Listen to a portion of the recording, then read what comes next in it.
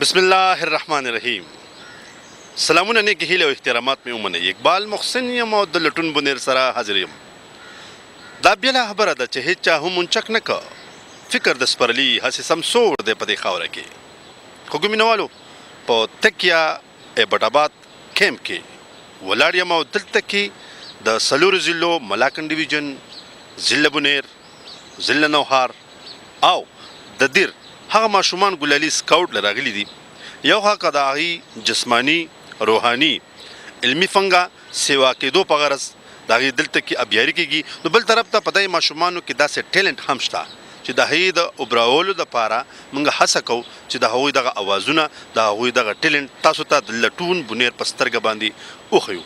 خو ګمینهوالو د ضلع بنیر د ګاګرې سره تعلق لرونکی سیف علي خان ماشوم ستاسو سره مخاطب کوم چې هغوی تاسو ته په ترنم کې یو غزل د غریبۍ د الله بیهو باسي. دغه واورئ، راځئ چې په شریک یې واورو چې د دې ماشوم په اواز کې څومره اثر دی. نو دا دی ماشوم سیف علي خان چې اوس په تاسو ته د دغې غزل یو څو کړی وړاندې کړي. لمسه د اغیار چې مې جانان ته رسېدلې ده،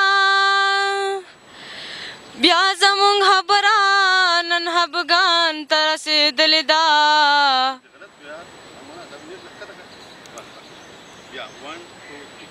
لمسه د اغیار چې مې جانان ته رسېدلې ده، بیا زمونږ خبره نن خفګان ته رسېدلې ده. او مالی زما د ارمانونو دنیا ورانه کړه، خدای خبر د چا هیر آسمان ته رسېدلې ده. دا ته چې د بې ننګه اشنا ملا تړې ننګیاله، فکر کوه مینه دې تاوان ته رسېدلې ده. شم لیونی د جدایۍ د الله ویهو باسي، د دې زړه تاو دی او زندګۍ د الله ویهو باسي. شم لیونی د جدایۍ د الله ویهو باسي. د ډک بازاره کور ته راغلم خالي لاسونه، د ډک بازاره کور ته راغلم خالي لاسونه. بچیا زمونږ د غریبۍ د الله ویهو باسي، د دې زړه چاو دی او زندګۍ د الله ویهو باسي. شم لیونی د جدایۍ د الله ویهو باسي.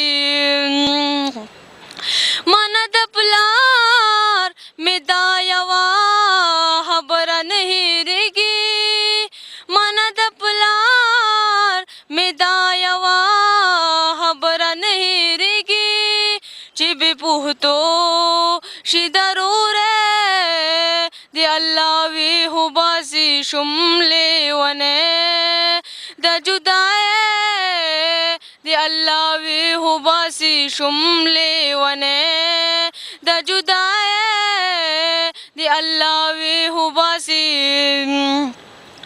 یوه لحظه مو په ارام ته دې نه تېره نه کړه، یوه لحظه مو په ارام ته دې نه تېره نه کړه. ورکې شنم د دشمنۍ د الله ویهو باسي، د دې زړه چاو دی او زندګۍ د الله ویهو باسي. شم لیونی د جدایۍ د الله ویهو باسي، د دې زړه چاو دی او زندګۍ د الله ویهو باسي.